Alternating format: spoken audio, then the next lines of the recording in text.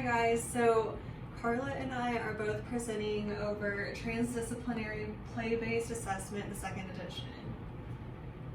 Okay, so this is the transdisciplinary play-based assessment, second edition. So this is by Dr. Tony Linder. It was published in 2008. The publisher is Brooks, and it retails for $54.95. So this is the assessment book, and it gives you more guidelines and like how to deal with the assessment, like how to go through it. Whereas there's an intervention book that helps you go through like how to develop an intervention plan.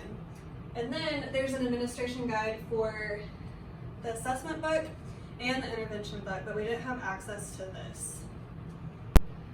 We are going to talk about the intended age ranges, and so it's intended for children birth to 6 years.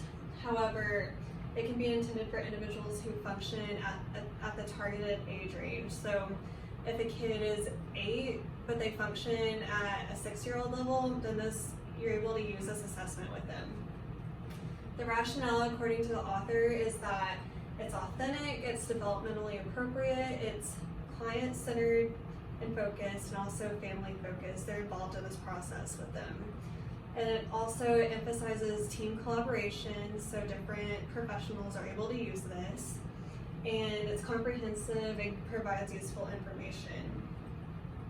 It can be used by psychologists, speech pathologists, physical therapists, teacher, vision specialist, hearing specialists, and nurses. We're going to go talk about norms. So each domain provides observation guidelines and age norms to compare to after observation. It's not specific norms due to the variability of disability or disorders. So we have a chart right here. So this is the sensory motor section of the assessment. It provides the age level, what their underlying movement and gross motor activity, like what's expected at that age range. Also hand and arm use. So for example, hands need to be held together on chest, usually without object. They're able to swipe, so it like goes and walks you through things that are expected at the age range. And then also the sensory motor contributions to daily life and self-care. So for example, eating, there's sequences 20 or more sucks from the bottle and uses a sucking or suckling pattern for pureed foods. So that's what is expected at 3 months.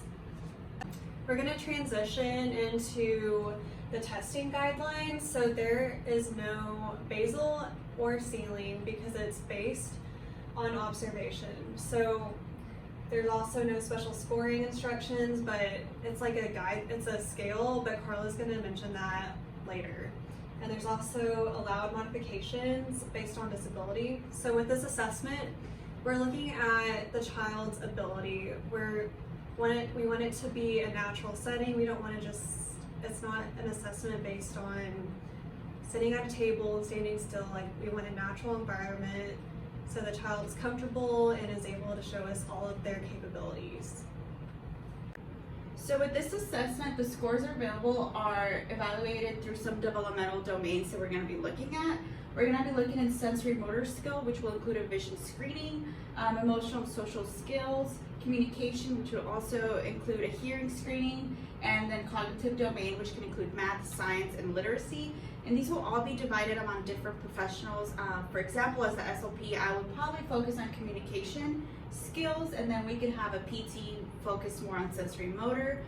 It is a pretty comprehensive assessment, and we look at a lot of milestones and domains. So what is nice about this is that there are various professionals there who are able to focus on parts of it so that you can make sure you're getting a broad picture of the child's abilities and not have to worry about covering everything on your own.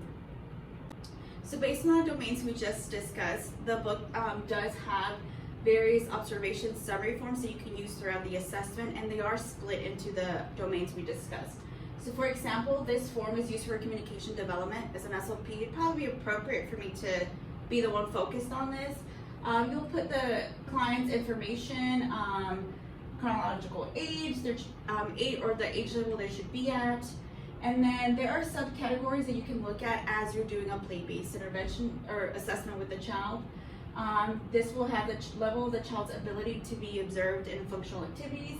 As you can see, it's a rating scale. 1 would be for language comprehension, 1 would be focusing on the speaker's face and reacts to sounds and voices.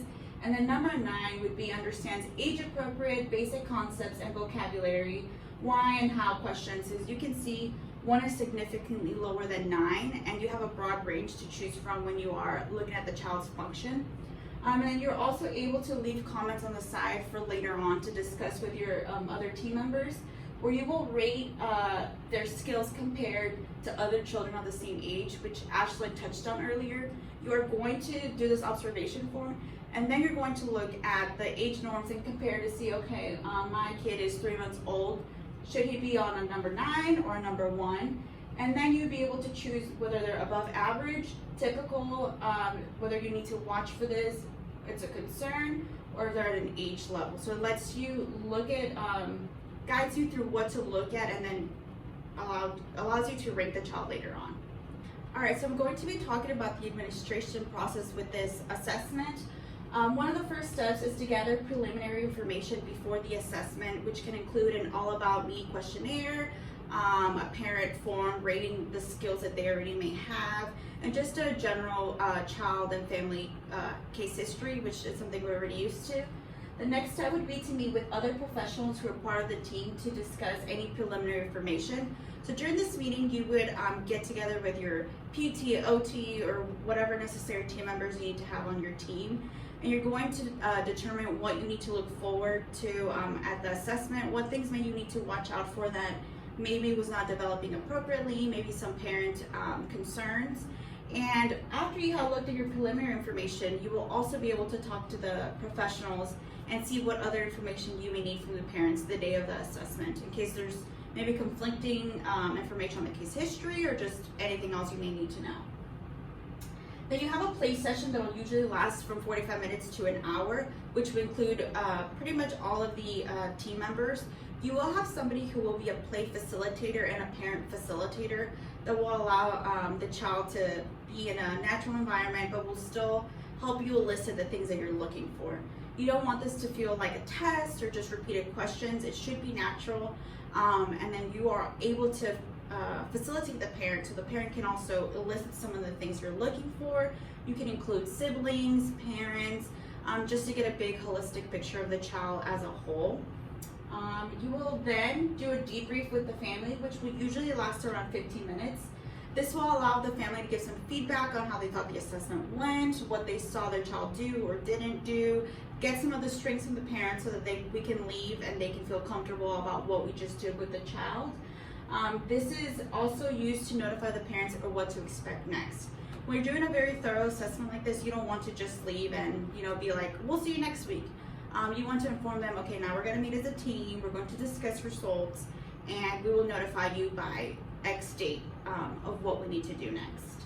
And this is not the time to discuss eligibility with the parent. It is just to inform them of what's expected from the team next and what they will need to be on the lookout for in the upcoming days. After this, we'll have a team discussion to compare notes, look over age tables, and to determine the child's strengths and weaknesses. And this will look at the summary forms that I showed you all a little bit ago and the age tables that Ashley talked about. So you'll be able, as a team, you might have missed something, and then as a team you'll come together and discuss that so that you can come up with an appropriate intervention plan for the child. And last, you'll have a report writing, which will just vary depending on district or city that you're working for. Next, we're going to show you a video to give you an idea on how to give this assessment.